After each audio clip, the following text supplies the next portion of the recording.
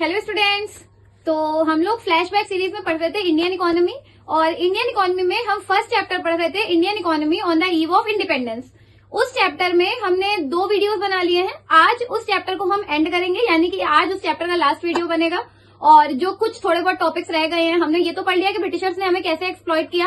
आज के वीडियो में हम पढ़ेंगे कि ब्रिटिशर्स के कुछ पॉजिटिव कंट्रीब्यूशन भी थे जिससे हमारी इकोनॉमी में पॉजिटिव इम्पैक्ट पड़े। तो चलिए ज्यादा टाइम वेस्ट नहीं करते हैं और आज का वीडियो शुरू करते हैं। आ जाइए।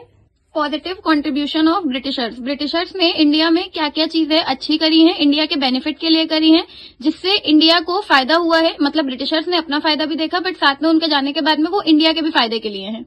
तो फर्स्ट इज रेलवेज। अगर ब्रिटिशर्स अपने ट्रेड को फैसिलिटेट करने के लिए रेलवेज नहीं बनवाते तो वो इंडिया में कभी भी रेलवेज की फैसिलिटी नहीं मिल पाती। तो भले ही ब्रिटिशर्स ने वो अपने बेनिफिट के लिए किया था, उन्होंने ट्रैक्स बनवाए, उन्होंने रेलवे बनवाया, बट वो डायरेक्टली और इनडायरेक्टली इंडिया को ही प्रॉफिट कर रहा था। तो उनका ये पहला कॉन्ट्रीब्यूशन था जो बहुत ही बेनिफिशियल था इंडिया के लिए, जो उन्होंने रेलवेज बनवाए थे। Second is air and water transport. जितने भी उन्होंने ट्रांसपोर्ट फैसिलिटीज बनवाई वो सब उन्होंने ट्रेड के लिए बनवाई थी, ताकि उनका ट्रेड ब्रिटेन के साथ अच्छा हो जाए, बाकी कंट्रीज के साथ अच्छा हो जाए। बट ये जितनी भी चीजें उन्होंने बनवाई, उन्होंने इंडिया को प्रॉफिट कराया।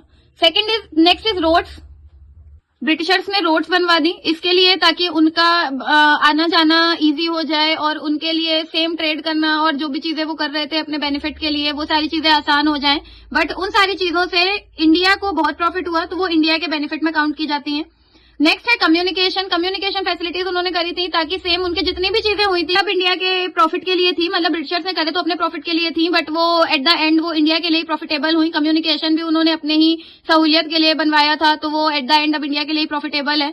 नेक्स्ट है इफेक्टिव एडमिनिस्ट्रेशन सेटअप। ये एक ऐसी चीज है जो अगर ब्रिटिशर्स नहीं आते तो शायद इंडियंस कभी नहीं सीख पाते कि आप इफेक्टिव एडमिनिस्ट्रेशन सेटअप कैसे कर सकते हैं, कैसे रूल्स एंड रेगुलेशंस बनाए जाते हैं, कैसे उनको फॉलो किया जाता है। तो ये सारी चीजें हमें ब्रिटिशर्स ने अच्छी सिखाई हैं और ये उनके पॉजिटिव कॉन्ट्रीब्यूशंस हैं हमारी इंडियन इकोनॉमी पे।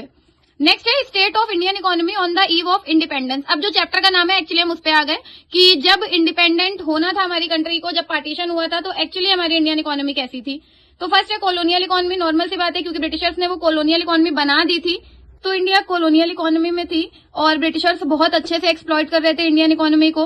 तो पहला स्टेट तो यही हो गया। Next semi feudal economy. मतलब ना हमारी इकोनॉमी कंप्लीटली कैपिटलिस्टिक थी, ना हमारी इकोनॉमी कंप्लीटली सोशलिस्टिक थी। दोनों के ही फीचर देखने को मिल रहे थे, तो समझ में नहीं आ रहा था कि कैसी, तो वो सेमी फ्यूडल इकोनॉमी थी। Stagnant economy, no growth at all. मतलब इकोनॉमी जिस कंडीशन में थी उसी कंडीशन में थी, वो ना बढ़ रही थी ना कम हो रही थी, तो वो एक स्टैग्नेंट इकोनॉमी थी, कोई भी ग्रोथ नहीं थी, जीरो ग्रोथ थी। नेक्स्ट है बैकवर्ड इकोनॉमी। तो जो ब्रिटिशर्स थे वो कोई भी मॉडर्न टेक्निक नहीं यूज कर रहे थे और जो भी प्रोडक्शन हो रहा था वो सारा का सारा प्रोडक्शन ले जाते थे और वो ब्रिटेन में सप्लाई होता था। तो जिसकी वजह से जो इंडियन इकोनॉमी थी वो हमेशा से बैकवर्ड इकोनॉमी ही रही, वो ज्यादा ग्रो नहीं कर पाई। नेक्स्ट है डिप्लीटेड इकोनॉमी। डिप्लीटेड इकोनॉमी का मतलब है डेप्रिशिएटेड इकोनॉमी। मतलब कि ग्रोथ नहीं हो रही थी बट डेप्रिसिएशन होता जा रहा था। डेप्रिसिएशन का मतलब इकोनॉमी और नीचे आती जा रही थी, पीछे जाती जा रही थी, इकोनॉमी में कोई भी ग्रोथ देखने को नहीं मिल रही थी।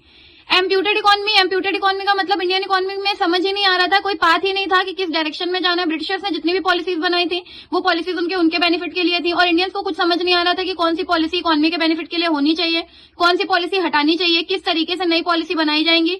तो उनको इस चीज की कुछ भी नॉलेज नहीं थी, उन्हें कोई भी चीज किसी भी तरीके से समझ ही नहीं आ रही थी। नेक्स्ट है इंडस्ट्रियल बैकवर्डनेस। इंडस्ट्रियल बैकवर्डनेस का मतलब हो गया कि इंडस्ट्रीज के नाम पे 2 ही इंडस्ट्री थी, कॉटन एंड जूट, और उस पे भी कुछ ज्यादा खास सर्विसेज नहीं थी, लोगों को समझ नहीं आ रहा था, लोगों को काम ही नहीं आता था। तो इंडस्ट्रीज की नॉलेज नहीं होने की वजह से इंडस्ट्रीज जो थी वो बैकवर्डनेस पे थी। और जो 2 कॉटन और जूट की इंडस्ट्रीज थी उनको भी ब्रिटिशर्स कंप्लीटली एक्सप्लॉइट करके गए थे।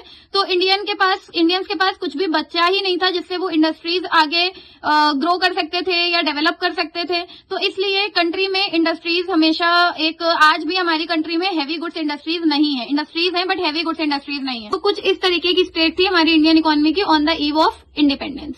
डेमोग्राफिक प्रोफाइल कैसी थी इंडिया की उसी टाइम पे? First high birth rate and death rate. High birth rate भी हाई था और डेथ रेट भी हाई था क्योंकि हमारे यहाँ की जो हेल्थ फैसिलिटीज थी वो बहुत पुअर थी, प्रॉपर हेल्थ फैसिलिटीज अवेलेबल नहीं थी, जिसकी वजह से बर्थ रेट और डेथ रेट दोनों ही हाई थे।